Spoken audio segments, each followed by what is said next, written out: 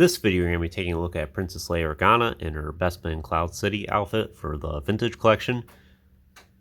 It's a pretty good action figure. I've had this for maybe 8 years now at this point.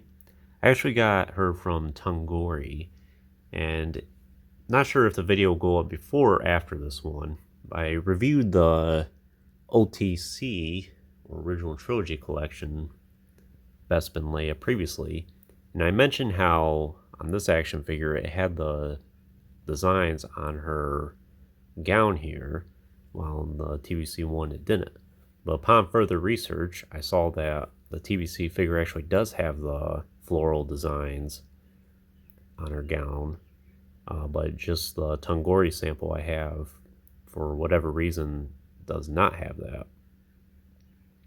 So this isn't quite a 100% faithful action figure to the real thing, but it's pretty close. Other than the designs on the gown here, as far as I could tell, it's the same exact action figure. Same accessories, nothing different about the head sculpt or anything like that. Not really too big of a deal. In fact, I never even noticed it until just before I reviewed this video, because I've never seen the Bespin Leia from the TVC line in stores ever, even back in 2012.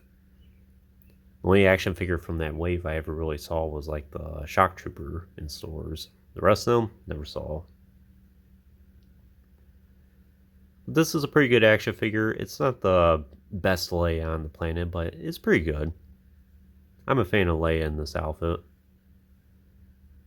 I would say this is an action figure that gets entertained every now and then of having a repack. The only thing I really want significantly changed with it would be in the head sculpt. As you can see there, it's not a terrible Leia head sculpt, but it definitely has some room for improvement. And I think Hasbro could do another attempt at it. Other than that, I'm pretty happy with the rest of the action figure. The articulation's great. The outfit itself is great. It has an appropriate combination of plastic and soft goods here. So that's about the only update I really want to see with it.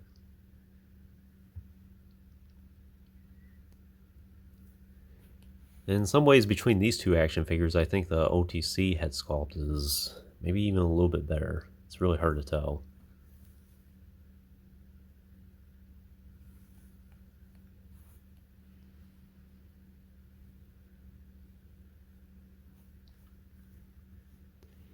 You can tell her braid in the back here is a little bit of a different sculpted part, I think, from the rest of the head.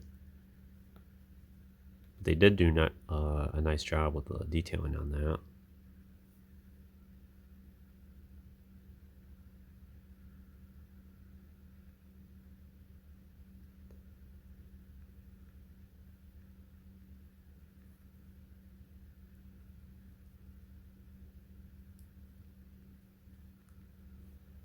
She does have this collar here, which is a plastic piece. You can take it off.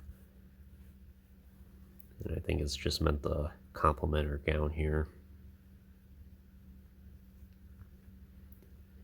Then for the rest of her outfit, very reminiscent to the original. Pretty sure this was a original Kenner action figure.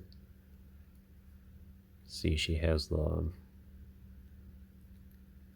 maroon color or mahogany color dress underneath. Has the belt there, and the soft goods skirt, and then red pants, and black shoes. Looks pretty good.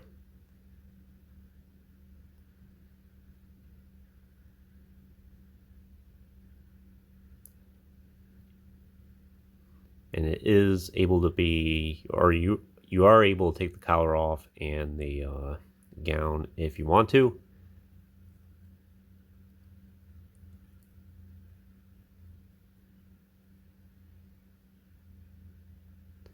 So in terms of her articulation, she does have a ball joint at the head, then hinged shoulders, elbows. Elbows go about 90 degrees. Then swivel wrist. Yeah, it's mostly a swivel waist. That's perfectly fine. Then swivel hips. At least I'm pretty sure swivel hips. Yeah. Then hinge knees and the hinged ankles. So pretty good articulation for this particular Leia. And you're not going to be getting her in too many action-oriented poses in this outfit anyway, so it's perfectly fine. In terms of her accessories, I suppose if you count the gown here as a separate accessory and the collar, but she does have an E11 as well. And I'm pretty sure this is the exact E11 that the authentic action figure comes with. It's not just something that was thrown in with Tungori. And as you can see, she does hold it well in her hand, and you can get her to hold it with two hands.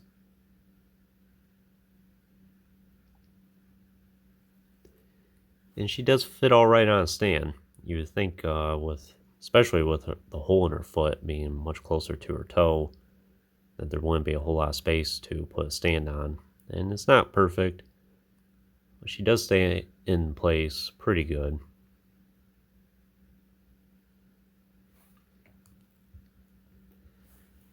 But anyways, that's pretty much all I can tell you about the Bespin Leia here. Would I recommend her for your collection? Yes. Prices, as far as prices are concerned, brand new in the package, she's kind of on the pricey side. I don't think she's quite that worth it.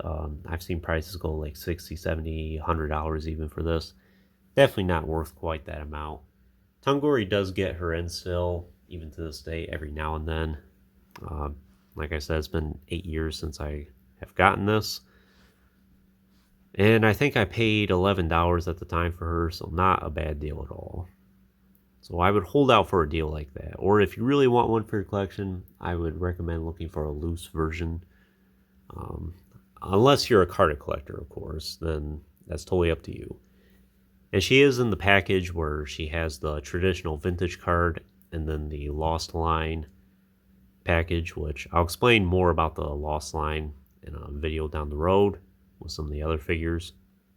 Basically, the Lost Line package was that bluish color package that was allegedly a canceled concept for the original Kenner packaging back in the day.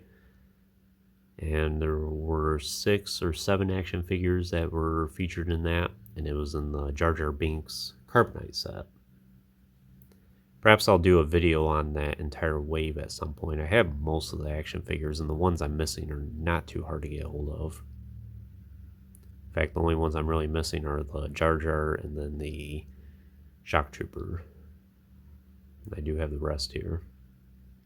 And Leia was meant to represent the Empire Strikes Back figure from that wave. There was one figure for each movie at the time.